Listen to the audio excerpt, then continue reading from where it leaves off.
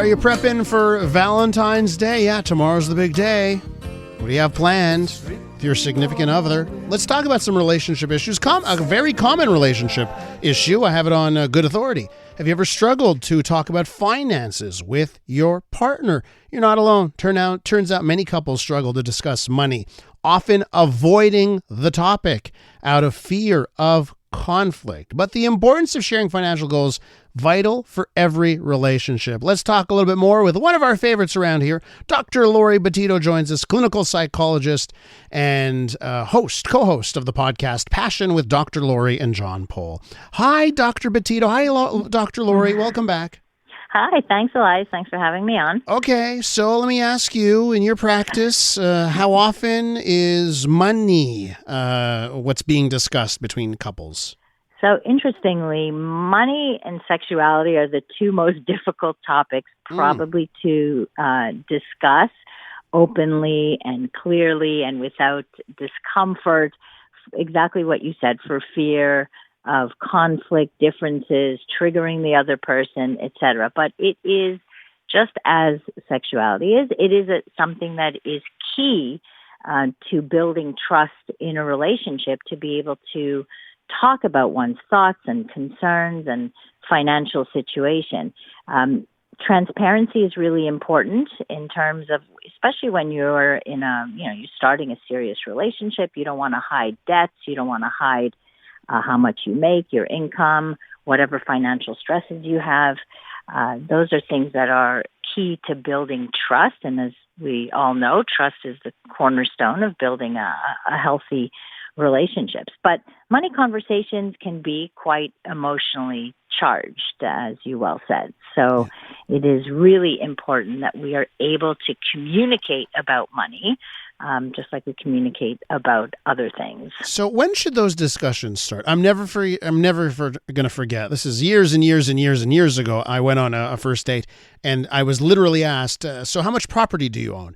And so maybe that's too early to talk about finances and that kind of thing. But when is the right time to discuss between a couple, hey, this is what we have, this is how I view money? When should you be having those discussions?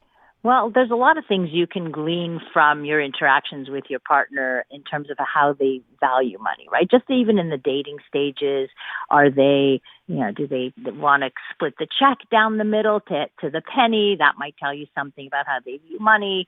Or do they seem stressed about money, et cetera? But truly, it's when you start sharing a life with somebody and you start sharing money with somebody that you want to make sure that conversation happens.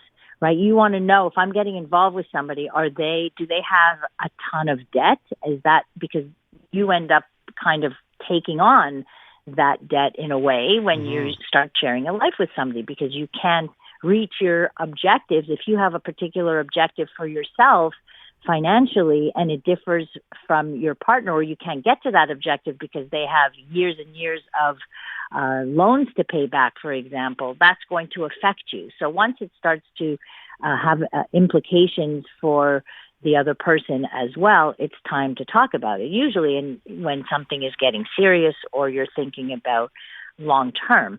But it's important to discuss values, right? Like we discuss values about anything. When we're dating somebody, what do you want? You want to have shared values. And that's really important. And money can be tied to really deeply held beliefs and values. So you want to talk about what money means to each of you. Like, does money mean security? Does money mean freedom? Is money a source of stress? Are you a saver? Are you a spender? Are you like we want to live for the day, and the other one says, no, we need to save for a rainy day? So you get to learn about how somebody grew up with money, right? How did your parents handle money? How is money handled in your family? So you get to know this, another important aspect of a person. It's something we don't think about, but it is something that is important, because it will be the source of conflict in your relationship if these aren't discussed ahead of time, or you can't find ways to compromise and agree on things. Do you think these types of conflicts in relationships have gone up, or maybe there's more of them now? Because, I think the traditional roles inside relationships has been changing. That traditional role, the man is the provider. Now, couples, both people are working and both people are maybe contributing in different ways. How has that changed what you see? Well, but it has changed drastically. When, at one time when it was the male was the provider, and it's like the woman didn't have the same, let's say, flexibility or freedom or say in how money was spent necessarily. Sometimes, that was the case.